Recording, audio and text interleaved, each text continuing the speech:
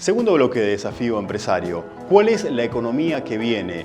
¿Cuáles son los sectores que pueden verse beneficiados con las medidas anunciadas por el Gobierno Nacional? ¿Qué puede pasar en la región con la actividad hidrocarburífera y también con la fruticultura?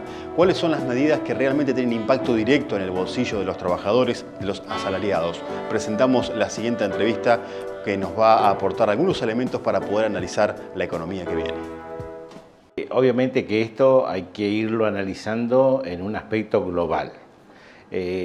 Todas las medidas, digamos, que se puedan ir tomando o que esta administración va a ir tomando, tienen que irse viendo de cómo se va a resolver, no solo con la medida puntual, sino con todas aquellas medidas colaterales que puedan, digamos, sostener este proyecto de cambiar las cosas. Si bien todo tiene incidencia en la parte regional, que es la zona, digamos, que nos abarca a nosotros, puntualmente también tiene mucho que ver como es el levantamiento de las importaciones, digamos, las restricciones a las importaciones, las restricciones que tenías a las exportaciones también, con lo cual va a permitir que la economía local, por lo menos, digamos, comience a tener un incentivo para moverse mejor con vistas a una mejor rentabilidad.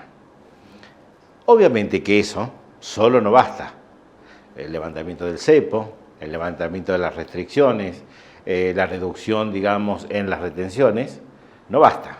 Seguramente el Estado nacional y el Estado provincial va a tener que acompañar todo eso con una serie de medidas de apoyo a la economía regional. ¿En qué sentido? Es muy factible, digamos, que tenga que hacerlo con apoyo crediticio, de manera tal que la zona que está tan devastada pueda tener recursos como para recomponerse. Y sin duda sé que uno de los aspectos que están en la mira son las economías regionales. ¿Qué puede pasar a partir de esta liberación del cepo cambiario y también de la devaluación? Básicamente la pregunta es si estas medidas alcanzan para que las economías regionales puedan recuperar la competitividad perdida, puedan recuperar la rentabilidad o hacen falta otras medidas que posicionen a estas economías regionales en otros niveles de competencia mundial. Porque estamos frente a economías que tienen procesos de producción lentos. Es decir, cuando llamamos, digamos, que la fruticultura no tiene la cantidad de hectáreas necesarias, digamos, de producción, cuando no pudo hacer las tareas culturales, cuando le cayó una pedrea y destruyó una gran parte, digamos, de la producción, las plantas quedan dañadas, el sistema queda dañado, y volver a obtener de nuevo ese ritmo de rendimiento va a pasar varios años. Aparte, no nos olvidemos otra cosa, que normalmente cuando se pierden mercados internacionales, se pierden un montón de contactos, un montón de vínculos que se fueron estableciendo, digamos, con el exterior, para que esa fruta que hoy se pueda producir, siempre y cuando la podamos producir en la cantidad necesaria, la podamos mandar al exterior y la podamos vender. Cuando nosotros cortamos ese vínculo, que es lo que vino ocurriendo, se interrumpió, hoy tenemos que volver a ganar mercados que normalmente se perdieron. Y en esto, lamentablemente, cuando se pierde un mercado, hay otro país que lo ocupó. El otro sector que también espera repercusiones directas de estas medidas económicas es el de las pequeñas y medianas empresas, principales generadoras de empleo en nuestro país y además motorizadoras de la economía. ¿Qué puede pasar con el mercado? ¿Puede haber más endurecimiento de la competencia? ¿Puede haber alguna situación de reacomodamiento cuando los niveles de consumo? ¿Cuál es la perspectiva que tiene la pequeña y mediana empresa para la economía que viene? Digamos, el empresario PYME no solo afronta los cambios con decisión, con recursos y con medidas, digamos, de índole empresarial. También el grado de optimismo influye mucho para tomar caminos. El hecho de que se haya producido este cambio y que estén produciéndose todo este tipo de levantamiento de restricciones hacen que el empresario empiece a estar con un optimismo un poco más marcado y le permita pensar qué es lo que va a hacer para adelante. De cualquier manera, no nos podemos olvidar que a nuestra economía la está asolando todo lo que es el tema de la inflación. Es un tema muy difícil, Esto no se soluciona con el levantamiento del cepo. Hay otras medidas como de tipo monetaria y de tipo fiscal para ir sosteniendo, digamos, que esta inflación no se dispare. De cualquier manera, sí tenemos que tener en cuenta que los meses de noviembre y diciembre son meses que particularmente, siempre por la época de las fiestas, es decir, se comienza a disparar la inflación, en nuestro caso que hemos vivido con ella mucho tiempo. Pero yo creo que particularmente si existe algo más consensuado, si los empresarios por un lado, si los sindicatos por otro, si todos los actores, digamos, que componen la sociedad se van comprometiendo a ir tratando el tema, interiorizándose sobre el tema, me parece que va a ser mucho más controlada y por lo menos no se va a disparar a valores, digamos, que también convengamos que con el tema del INDEX no sabemos realmente cuáles son, digamos, los índices reales, ¿no?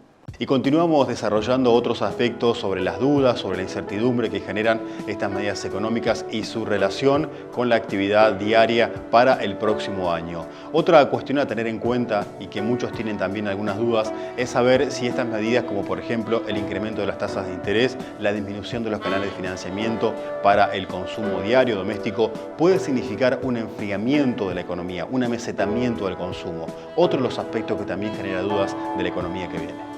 Si hubo un 40% de devaluación, no se traslada automáticamente un 40% a los precios.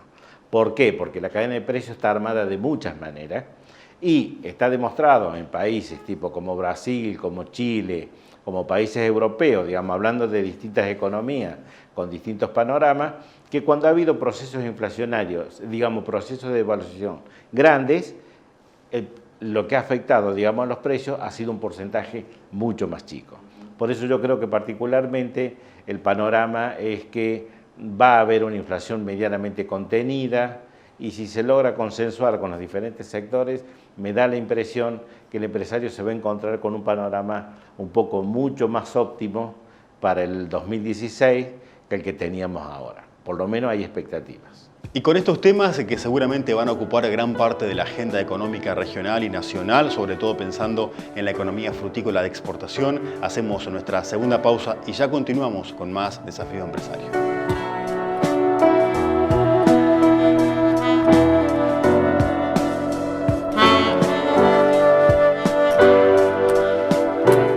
Crear. Tenemos para tu empresa o emprendimiento asistencia financiera, capacitación, asesoramiento, comercio regional y exterior. Estamos en toda la provincia con nuestra red de agencias con asistencia integral para pymes. Crear.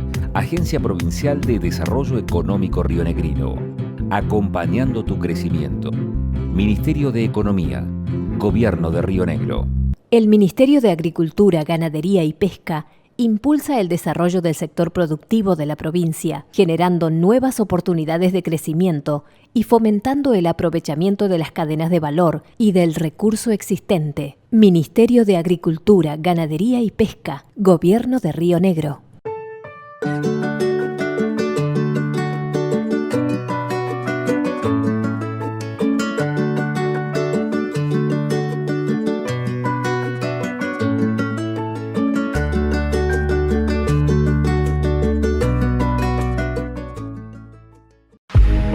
Todas las mascotas deben cuidarse con responsabilidad. Si paseas a tu mascota, nunca la lleves suelta. Recordá llevarla con bozal y con su correa y siempre levantá sus desechos para cuidar la limpieza en la vía pública y en los espacios verdes. Neuquén, ciudad de buenos modales. Municipalidad de Neuquén. Horacio Quiroga, intendente.